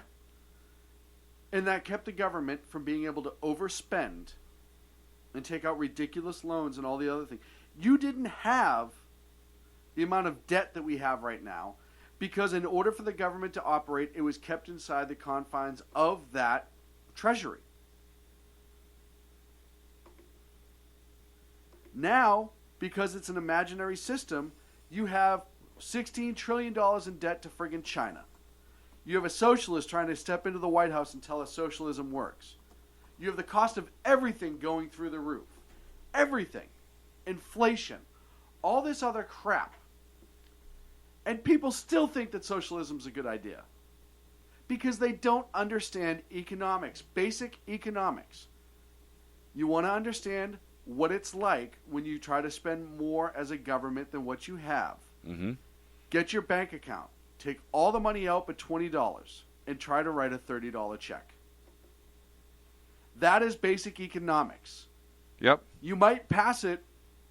However, you're going to come back with more fees and everything else so you know what to do with. Hell, in some counties and states, you may be prosecuted for that. Yep. Knowingly writing a check that you don't have money for. It's a crime. if a citizen does it. But when the government does it, it's just good business in their eyes. We're up against a break. When we come back, what? Go. No, I'm sorry. No, we are up against a break. I could talk about Warren Harding in the 20s forever. Let's keep going after when we come back. This is a great topic. But there's other things we need to get on, some pressing news. So we'll see if we have time to come back to it. Otherwise, we can do a whole section on the Well, I don't want to cut you off Great when Depression. you're all about Warren Harding. We're past a break. Sacco would not let us continue on. Sacco would not let us continue on. This would not allow if Sacco is here. We'll be back in 3 here on the Sackheads Radio Show. Conservative media done right. You're listening to the SHR Media Network. Breaking news. According to the latest report coming out of SHR Media, a merchandise store to support both the Reaver of Common Sense and SHR Media has just been unleashed to the general public. Be forewarned that this site can be contagious and numerous items can be purchased to support the best news programming. Go to Reaver.one website and click on the store link to check out the merchandise.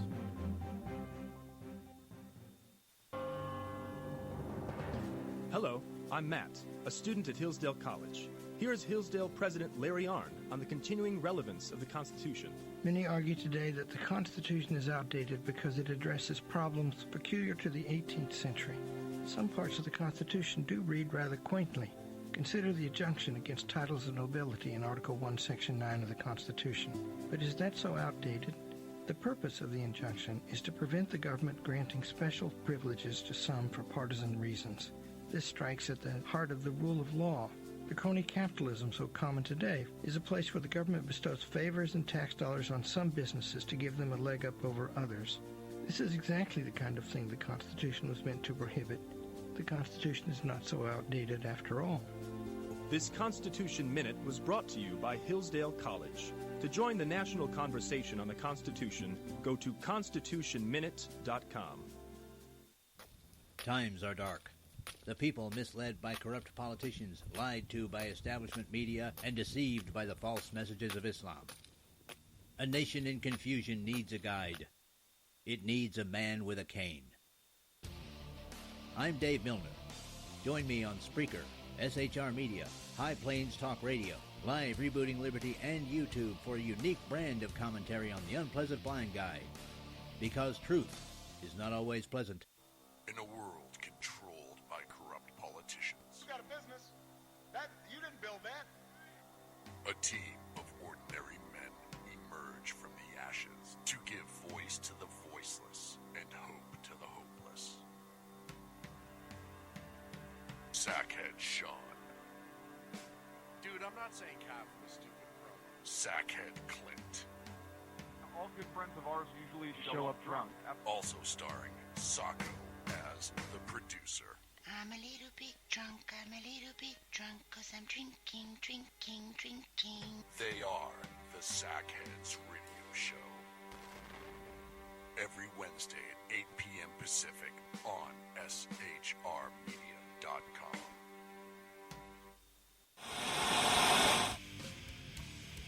Beware, the Jersey Takeover is here. Every Monday through Friday, 11 a.m. to 1 p.m. Eastern Standard Time. You can catch the Reaver of Common Sense Show, hosted by Jersey Joe, right here on shrmedia.com and highplainsdailynews.com. Only Jersey can deliver hell like no one else, so consider this your fair warning.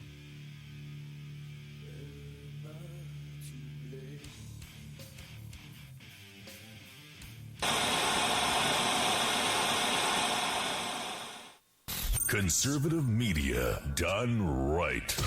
You're listening to the SHR Media Network. And welcome back to the Sackheads Radio Show live on the SHR Media Network. Thank you so much for joining us. Hey, make sure you follow us on all of our social media.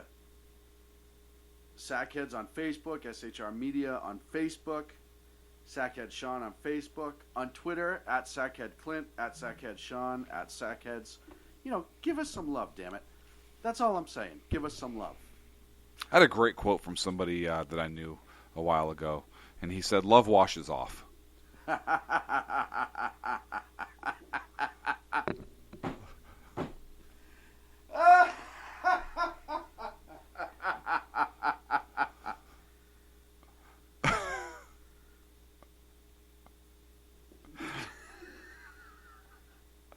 I'm sorry, I can't talk. No, I'm in the same boat right now. We need to make that a T-shirt. No, Joe, don't. Yeah, we do. Do it. Look, so 11 states are suing the Obama administration over its transgender directive regarding public schools. I remember we talked about that last week. So the following states, it was Texas, of course, Alabama, Wisconsin, West Virginia, Tennessee, Arizona, Maine, Oklahoma, Louisiana, Utah, and Georgia. Good. 11 states have sacked up to sue the Obama administration. Only another 39 to go. Yeah. I wanted to bring that up because I know we talked about it last week, and it's an important topic. Obama came out last week and basically said, if public school is getting federal funds, you got to allow boys to shower with girls, girls shower with boys, because they might feel like the other one.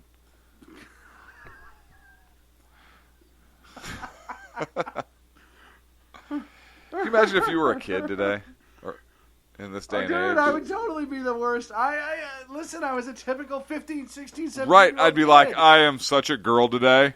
Dude, I'm a chick, and I'm a huge lesbian. Yeah, I'm staring at boobies because I really wish I had some. Because I think I want some. In my face. I mean, on me, because I think I'm a girl. Look, I'll even tuck. Wait, I can't right now. No, it's because I'm nervous. That's why it's like that right now. Seriously. That's why I'm hung like an ashtray. They all stand up like that. Yeah, that's totally normal. It's normal. It's normal. It's only on people that feel like we're women that happens to. So I just wanted to update our listeners on that. Look, did you see the State Department, the report that came out today? Yes. From the Obama administration appointed slamming report. Yes. It's so big that even CNN and MSLSD and all those other ones had to actually post something. Yeah. They had to.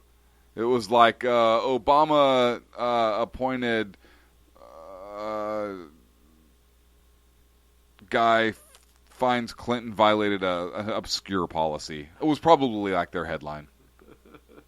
Actually, CNN headline is a picture of Hillary Clinton in a meeting with her sunglasses on, staring at her phone, and the quote was, "She did not comply. Clinton broke rules about private email server. Report says." She didn't do it. Let's see. The long and short of it is according to the internal investigation by the Defense Department, that there was an employee who brought it up to the head of the department, and it wasn't the Defense Department itself. It was a different department, Office of Management, and the Office of Legal Advisor.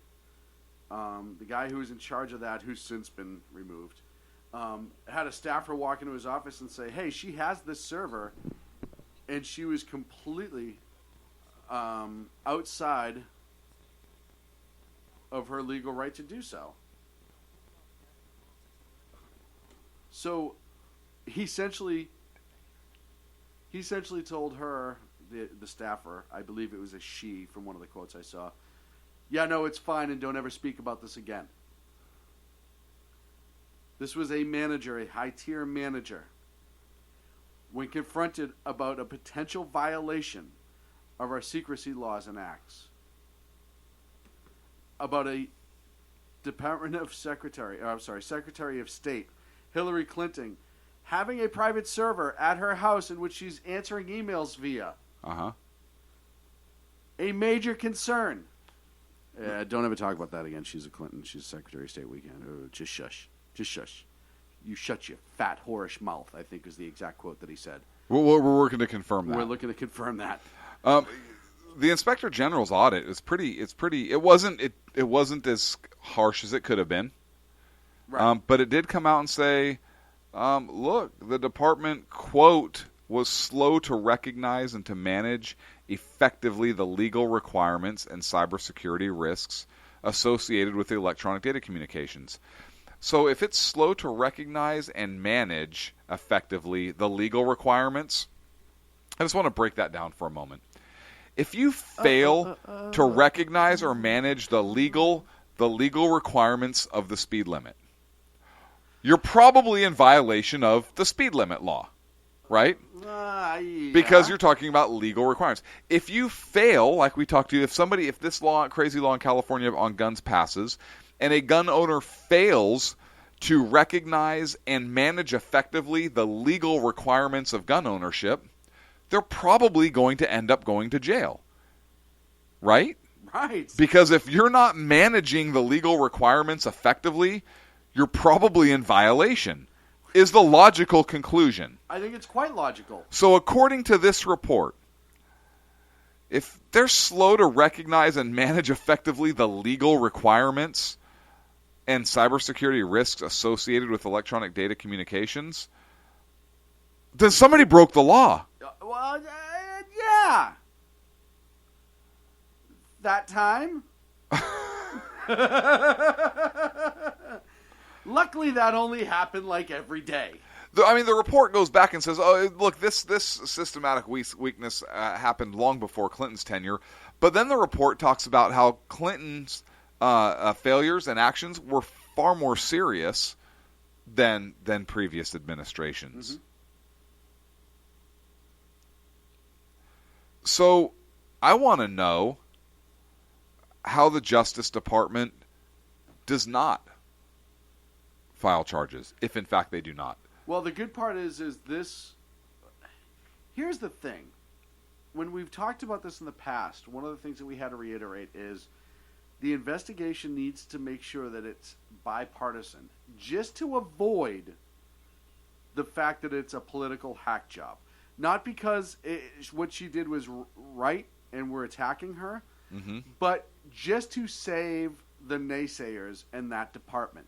You now have an Obama administration appointed investigatory committee who completed this investigation that will be admissible into court should it go that far. Mm-hmm. And you now have the investigation will very soon, I am imagining, probably early June, end up in the hands of the DOJ. The FBI is getting ready to wrap up here real soon. This investigation wrapped up. I am sure the FBI was waiting for this investigation to wrap up just to compare things to make sure that there's nothing that they missed and vice versa.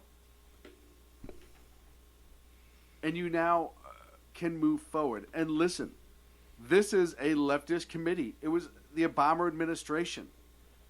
It's an executive organization under the executive branch. He had direct control over this.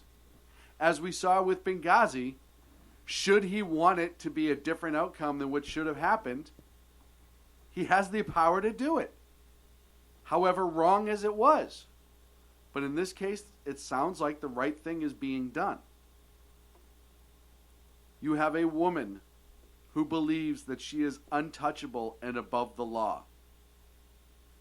You have a woman who continuously rubs her elite status in the face of people. You have a woman who couldn't even use the appropriate email. It wasn't like they were asking her to invent an email to use. She couldn't use the one that was given to her by the federal government. Yep. It wasn't like they were asking her to be inconvenienced greatly. First of all, she took the friggin' job. Nobody put a gun to her head. Was she the head of the? Was she the head of the State Department? Yes. I want to read you something. It's Section 44 of the U.S. of the United States Code, Chapter 31, and specifically Section 3106. Unlawful removal, destruction of records.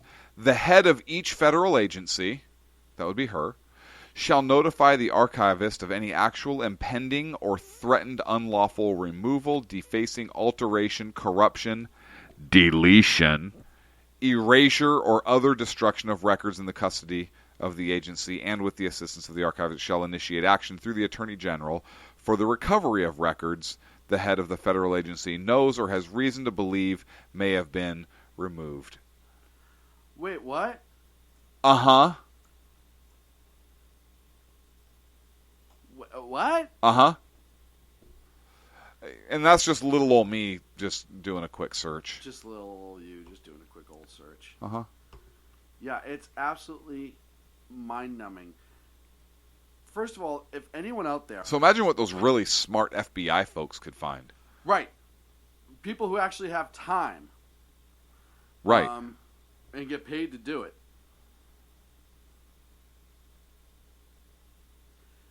I know I'm reading through the chat room, there's plenty of naysayers who are like, hey... What?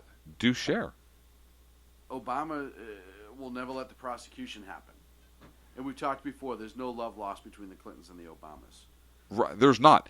And so that's why this is kind of curious. But I'm pretty sure it's a felony when the custodian of government records, quote, willfully and unlawfully conceals, removes, mutilates, obliterates, falsifies, or destroys records.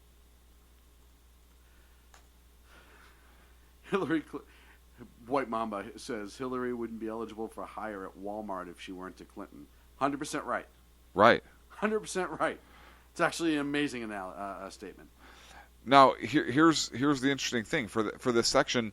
Congress has this provision in it that whoever does that shall, quote, forfeit his office and be disqualified from holding any office under the United States.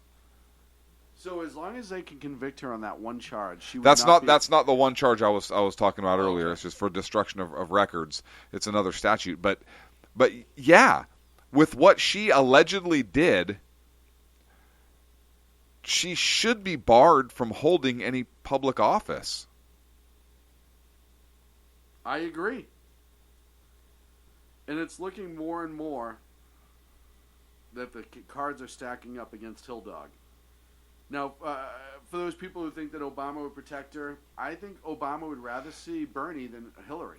But I don't know how he can protect her. He could pardon her upon conviction, but then she's still been convicted, right? Well, and it's also he's also a legacy guy.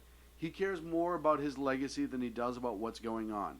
And he knows this is one of those things that if she gets a pass, it will forever mar his legacy as being the very elite he claims he never was. Uh-huh. And that's a big deal to him. This guy's an egomaniac. We've talked about it before. He's a narcissist, egomaniac president. It's all about him. And if he doesn't allow this to go through, and she were to be elected president, it would destroy his legacy completely. This is all he would ever hear about until the day he leaves this earth. About how he gave one of the biggest political hack jobs a pass and she became president.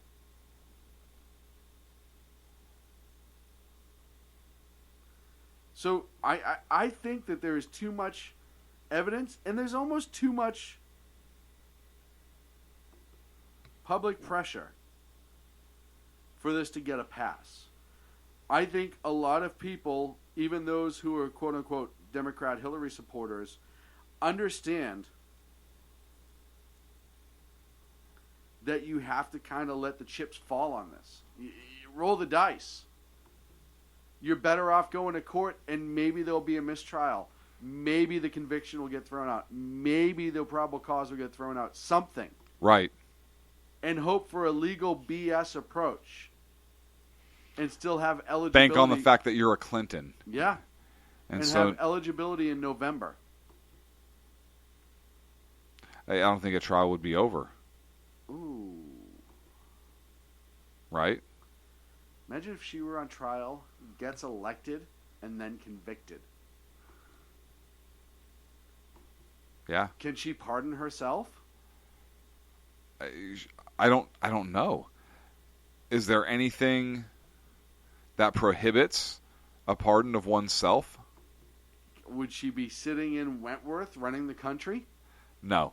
She wouldn't be able to perform the duties. Therefore, whoever her vice president is. Leavenworth, not Wentworth. That's the HBO show. Yeah, whatever. I know what you meant.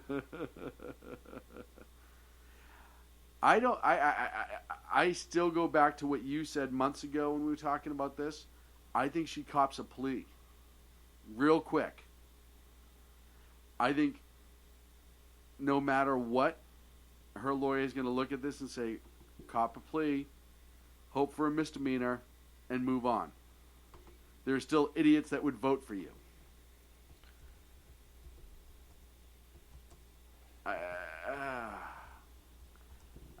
It's too late. I know I see Jersey Joe saying, they throw under the bus so Biden and Warren would step in. There's no time left for that. That time is gone. if she gets the delegates, but then all of a sudden she's not eligible, where do those delegates go? The Democrats could not necessarily. Right? Good point. Good point. So you may just get Joe shoved in. I don't think the country would accept Elizabeth Warren right now. What if she ran as a vice presidential? They with might take Hillary, that. 2 women.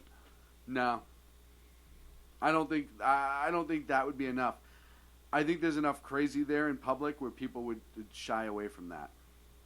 I think if they threw Joe in really quick and then threw Warren underneath him, which I don't know why he'd want that. I can make an ugly joke, but it's too easy. But the reality is,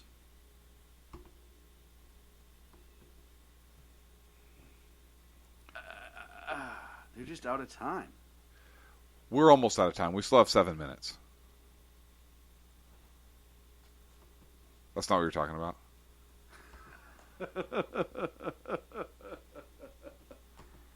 So it's going to be interesting to see. Like I said, this report is scathing, considering the source.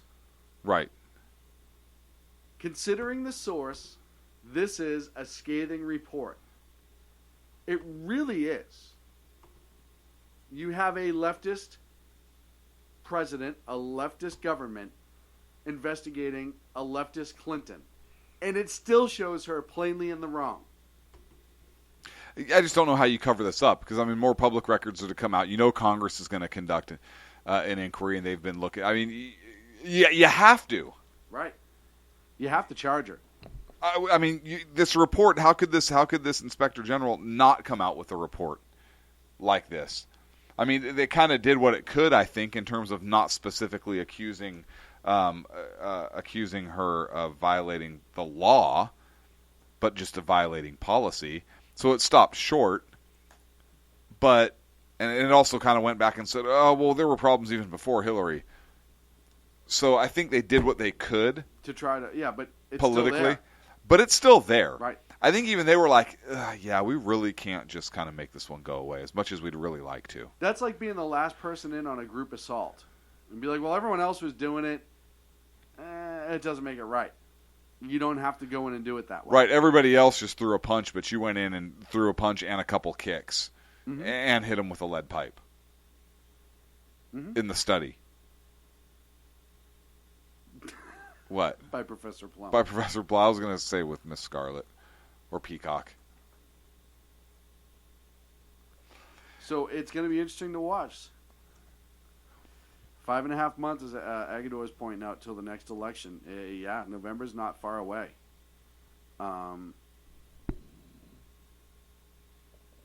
Yeah, of course, Elijah Cummings, our favorite Democrat, who on the House Overkit Committee. Emails there's no proof of that. But he came out and said, well, the Inspector General. Emails. No, yeah, as well, there got a couple. He came out and said, the Inspector General confirmed what we have known all along, that Secretary Clinton followed the practice of her predecessor when she used a personal email account. Republicans need to stop wasting taxpayer dollars singling out Secretary Clinton just because she's running for president. What a pimp. You know what that... Yeah, this guy, seriously, and I'm not You saying call that... him a pimp? Yes, I did. And I'm not saying that because he's black for any of you freaking crazy leftists out there who's listening to this. This guy, I would hope that he would be actually concerned about having that classified information potentially out there and that her email server may have been hacked. It's all about power. And is that not more important than the D in your ass? I mean, next to your name? Right. Elijah? Next to your ass. On his... I don't know. I don't know where I was going with that. So next to, yeah. Right. He's a D. Right. He's a humongous D. Yep. He's a huge D. And his name's Cummings, which is even more bizarre to me. But we don't need to go there. So is the D Cummings? Or is the D? I don't know. All I know, he's all over this Hillary case. He's huge in the Democratic Party, so he is a huge D, just a tremendous D. And he's all over in Hillary's face, like defending her, you know, shielding her from other attacks. Right, yeah. Well, listen. I mean, the D's are all over Hillary. They are just all over her. D's swarming Hillary. Yeah. Right now. Yep.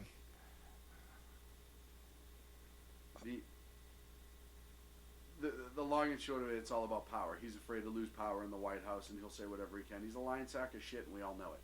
Yeah. So the fact that Elijah Cummings even gets a press conference is bizarre to me. Hey, really quick, just so everyone knows, like once Obama's out of the White House, they're not leaving Washington. We knew that. They're certainly not going back to Chicago because, well, it's a demilitarized zone. I'm sure the Secret Service was like, we can't protect you there. You know what? That's got to be impossible because it's a gun-free zone, the whole city. Right. So they bought a very, very small home in just a middle-class Washington neighborhood. Wait, let me rephrase that. They bought a 9-bedroom mansion in the Kalorama neighborhood of Washington, D.C., which is very affluent, very, very, very expensive. Why do they get a big house? The house is valued at $6 million. So for the guy who had no money, remember, I don't make a lot of money. Estimated rent on it would be $22,000 if somebody were to rent it per month. Huh. It has an au pair suite, which for middle class and people like you and I, that's just called a nanny or in-law apartment. Okay. Yeah. So, you know, they're just trying to eke by once they get out. And look, they have to stay close to Washington. They do, because that's how you retain power. Oh, yeah. Folks, that's it for the Sackheads radio show live in the SHR Media That's a good Network. show. Thank you so much, sir. I appreciate it this evening. Thank you, sir. As always, I thought we had a fun time. We will be back next Wednesday at 8 in the Pacific, 11 on the East Coast. Make sure you check out all of our social media, Facebook, Twitter, Pinterest, LinkedIn, linked out, knocked Wait, on. we're on Pinterest? Knocked up, knocked off. I don't know. Are we on Pinterest? Do we have a Pinterest page or an Instagram? We don't have an Instagram. We need an Instagram account to take pictures while we're doing the show. But we don't do it in metric. We're Americans, damn it. Metric didn't... How many countries that use metric got to the moon? So the Instapound. So we need the Instapound. That could have a completely different... That can have was your nickname in high school, wasn't it? Insta-inch? Insta-inch? Yes, it was. Because before they knew it, there was an inch in them. Right. We played this game called Just the Tip. Anyway, Sean, for you, it's the whole thing. But yes, for me, Insta-inch is just the tip. This is my friend. They call him Tuna Fish Can. We will see you next week, folks. Insta-inch. The best late-night conservative talk show in America. Sackheads Radio. And listen, there are no people better on the air to give you the best in conservative talk than Sackhead Sean and Sackhead Clint. And we're working on the immigration papers for a certain other guy who happens to work there too. For those who are tuning in around the world to the best and late night conservative talk, Tackheads Radio. Tack News. Tack News. Radio. Tack News. Tack News. Radio.